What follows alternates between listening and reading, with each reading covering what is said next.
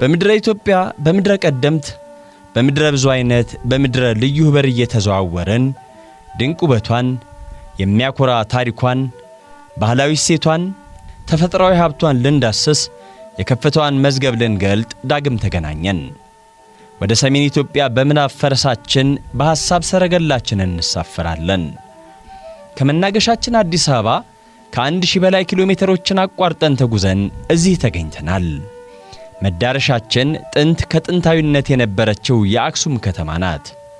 ዓለም ወዴት አለ ብሎ አጥብቆ የሚፈልገው የሙሴ ጽላት መኖሪያ የሆነችውን የሐውልቶቹን መገኛ የቅዱስ ያሬድ ትውልድ ስፍራ የነገስታቱ መንደር በውስጧ ያቆረችው መስጢሯ ተገልጾ ያላለቀውን ታሪካዊት ከተማና ድንቅ ቅርሶቿን እንቃኛለን። ሁሉም ከሚያውቃቸው ከሐውልቶቿ ውጭ ያለውን ማንነቷንም በዛሬው መሰናዷችን እናነሳለን።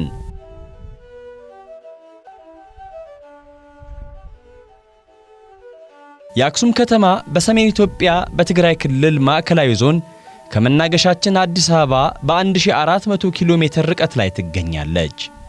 ከተማዋ የሀገራችን የስልጣኔ ጫፍ ማሳያ መሆኗን የሀገራችንና የውጭ የታሪክ ተመራማሪዎች ይመሰክራሉ።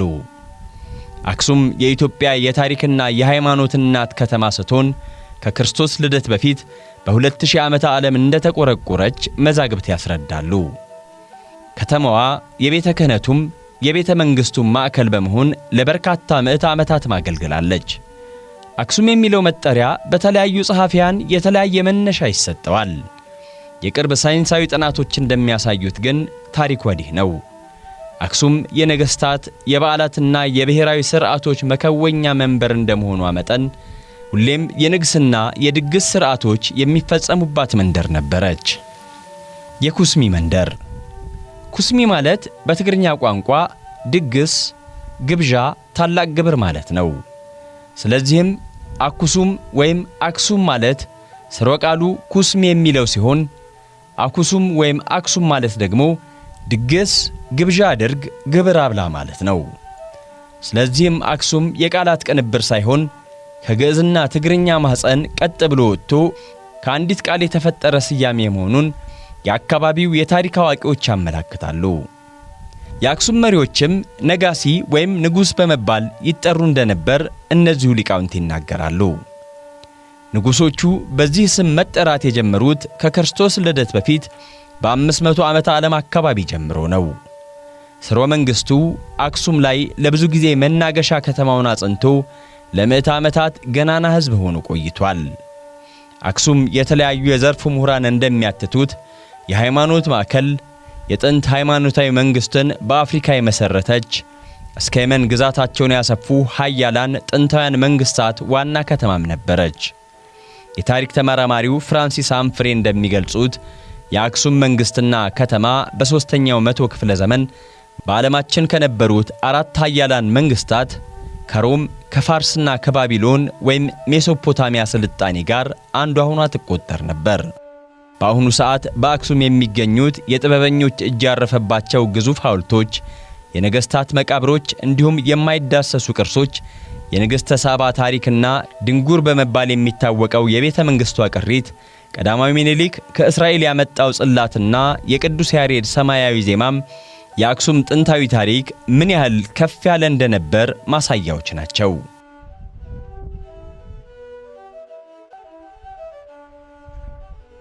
ከክርስቶስ ልደት በፊት በ1000 ዓመተ ዓለም በኢትዮጵያ የነገሰችው ንግሥተ ሳባ ታሪክ እንደሚያትተው ከፍተኛ ንግድ በቀይ ባህር ላይ እስከ መካከለኛው ምስራቅ ታከናውን የነበረችውና ግዛቷም እስከ የመን የሰፋ እንደሆነ የሚነገርላት ንግሥቲቱ ከመርከቦቿ አለቃ ከታምሪን ስለ ንጉሥ ሰሎሞን ጥበብ ትሰማ ነበር። በዚህም ምክንያት ጥበብን ፍለጋ የተለያዩ ስጦታዎችን በመያዝ ወደ ኢየሩሳሌም ታሪካዊ ጉዞ አድርጋለች። በተለያዩ ጸሐፍት በሦስት የተለያዩ ስሞች እንደምትጠራ የታሪክና የሃይማኖት መዛግብት ያሳያሉ። በመጽሐፈ ነገሥት ቀዳማዊ ሳባ በመባል የተጠራች ሲሆን ክብረ ነገሥት በተሰኘው የሀገራችን የታሪክ መጽሐፍ ደግሞ ማክዳ ተብላለች። ኢየሱስ ክርስቶስ በዘመነ ሥጋዌው በመዋዕለ ትምህርቱ ንግሥተ አዜብ ወይም የደቡዋ ንግሥት ብሏታል። ሮማኖች ኒኮል፣ የመኖች ደግሞ በልክስ፣ እንዲሁም ኢትዮጵያውያን ማክዳ በማለት ይጠሯት ነበር።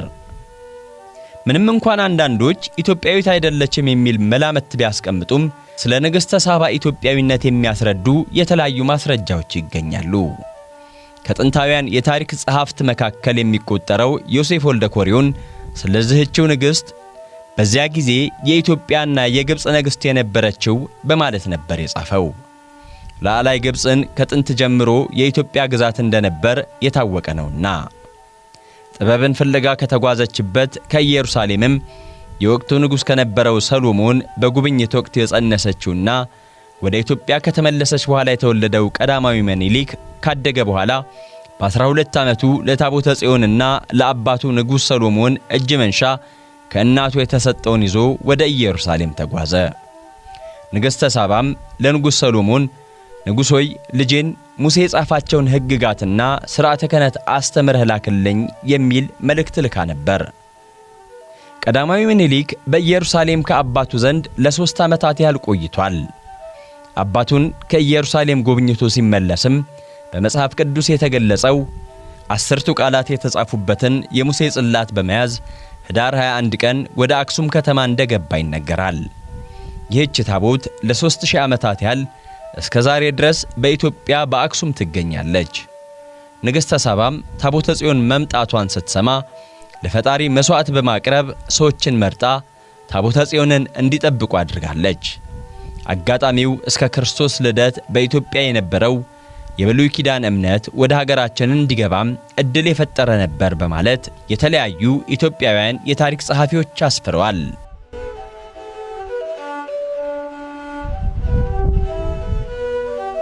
ንግሥተ ሳባ አሁን ድረስ በአክሱም ከተማ የሚገኙ ድንቅ አሻራዎቿን ትታ እንዳለፈች ቋሚ መረጃዎች ያሳያሉ። የከተማዋ ሕዝብ አሁን ድረስ ውሃውን ለመጠጥ የሚጠቀምበትና የንግሥቲቱ መዋኛ እንደነበር የሚነገርለት ማይሹም ከነዚህ አንዱ ነው።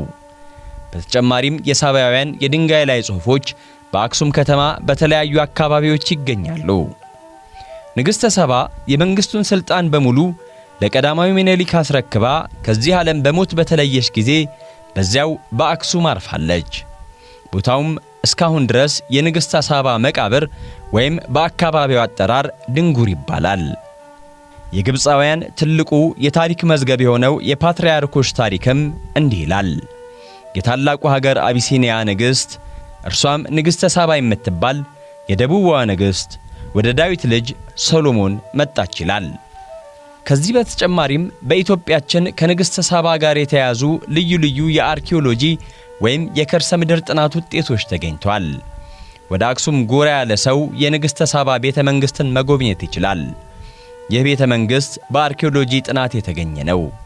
የንግሥተ ሳባ ትውልድ ቦታ በሰሜን ደንጎሎ፣ በደቡብ ፎካደ በተባሉ በሁለት ተራሮች መካከል የሚገኝ ሲሆን ስሙም ጉሎ መከዳ ይባላል።